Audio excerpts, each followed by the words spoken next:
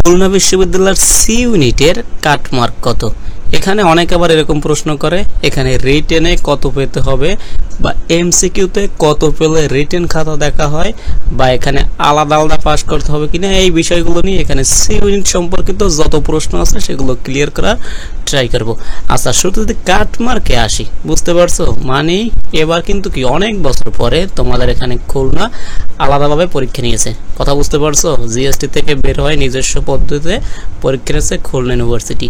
তো এই বিষয়টা বলতে পারো অনেকটা নতুন।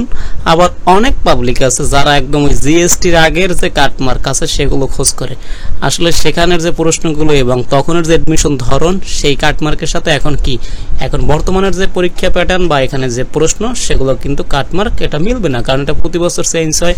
এটা স্টুডেন্টের উপর নির্ভর করে কতটা কাটমার্ক হয়, ঠিক আছে? আবার স্টুডেন্টের হাতে যদি লট অফ অপশন থাকে, লাইক অনেকগুলো ইউনিভার্সিটি থাকে, ওরা শিফট হবে বিভিন্ন ইউনিভার্সিটি, কারণ এখনো জিএসটি আছে।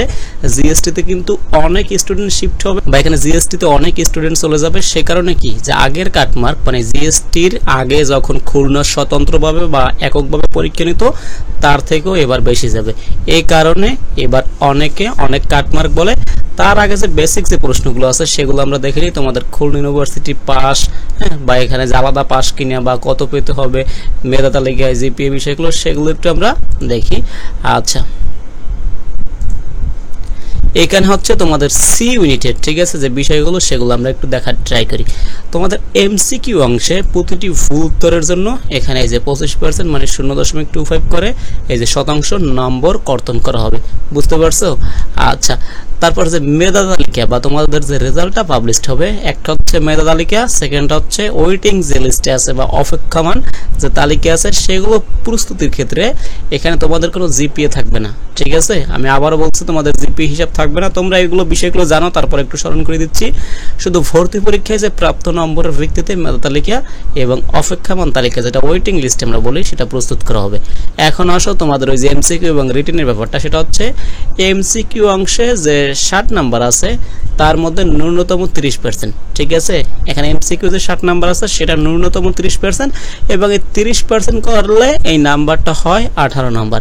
এই 18 নাম্বার পেতে হবে তুমি যদি মেধা তালিকায় আসতে চাও বা তোমার যে রেজাল্টটা পাবলিশড হবে, বলতে পারো এক কথা একদম সহজ বাংলা, সেটা হচ্ছে পাস। তুমি যদি পাস করতে চাও তোমাকে অবশ্যই 60 মার্কের মধ্যে, সেটা হচ্ছে অনলি এমসিকিউতে যে 60 আছে সেটার মধ্যে 30% নম্বর পেতে হবে। 30% মিনস হচ্ছে তোমার এখানে 18 নম্বর পেতে হবে 60-এর মধ্যে, তাহলেই তুমি মেধা তালিকায় বিবেচিত হবে বা তাহলেই তোমার মেধা তালিকা প্রকাশ করবে। যদি কম পাও এখানে ওয়েটিং লিস্টে থাকবা, বেশি পেলে যে একদম মেধা তালিকায় আছে সেখানে তুমি স্থান পাবা, বুঝতে পেরেছো? কনসেপ্টটা ক্লিয়ার হও। এখানে যে প্রশ্ন করছো তোমরা কই আলাদা পাস আছে কিনা, রিটেন বা এখানে এমসিকিউ, সেই বিষয়গুলো এরা উল্লেখ করে নাই এখানে। তার মানে হচ্ছে কি, এখানে আলাদা কোনো পাস নাই, এখানে একটি কন্ডিশন, সেটা হচ্ছে তোমাকে 30% এমসিকিউতে নাম্বার পেতে হবে।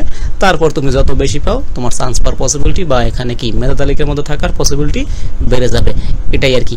এবার যদি কাটমার্কের ক্ষেত্রে আসি, দেখো এটা স্টুডেন্টের উপর নির্ভর করে, যেটা বলছি এটা এবছরে যেহেতু নতুন নিউ, এখানে কত কাটমার্ক হতে পারবে। বিভিন্ন যে গ্রুপ আছে ফেসবুকে সেখানে অনেক স্টুডেন্ট বা এখানে অনেক যে সিনিয়র আছে অনেকটা এরকম বলে 50 বলে, ঠিক আছে? অনেকে তো 45 বলে, এটা আসলে দেখা যাচ্ছে না। আর এই বিষয়গুলো এক্সাক্ট ঠিক বা অ্যাকুরেট এটা না।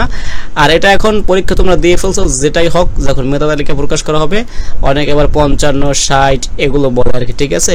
সব থেকে ভালো তোমরা বলতে পারো, ঠিক আছে? এখন তোমরা কমেন্টে জানাও কত হতে পারে তোমাদের এখানে কাটমার্ক এবং তোমাদের যে বাকি পরীক্ষাগুলো আছে যার যেরকম পরীক্ষা হয়েছে এটা নিয়ে অতটা এখানে মাথা না গাটিয়ে যেটা দিয়ে ফেলছো সেটা নিয়ে কাটমার্ক কত হবে। ভবিষ্যতে ইন ফিউচারে যে পরীক্ষাগুলো আছে সেগুলোর উপর ফোকাস করো এবং সেখানে ভালো একটা নাম্বার নিয়ে আসার ট্রাই করো। আমি আবারও বলতেছি, এটা যেহেতু নতুন একদম, এটা কেউ এবার কাটমার্ক বলতে পারবে না। বিভিন্ন গ্রুপে বা ফেসবুকে 50 দেখেছি, 55 দেখেছি, 45 দেখেছি, 60 দেখেছি, ঠিক আছে? এগুলো পেলে নাকি চান্স হয়ে যাবে, এটা দেখা যাবে। আমি আবারও বলছি, স্টুডেন্ট হাতে যখন অপশন থাকে অনেক বিশ্ববিদ্যালয়ে চলে যায় তখন এখানে কাটমার্ক কমে আসে, ঠিক আছে? পরীক্ষার প্রশ্ন সহজ হলে কাটমার্কটা বেড়ে যায়, কঠিন হলে কাটমার্কটা কমে যায়। তোমরা যেহেতু পরীক্ষা দিয়েছো সবাই কমেন্ট করো, সবাই সবারটা এখানে দেখবে এবং একটা আইডিয়া নেবে এখান থেকে। আশা করি বুঝতে পেরেছো। অন্য কিছু জানার থাকলে সেগুলো কমেন্টে করতে পারো। Thank you all.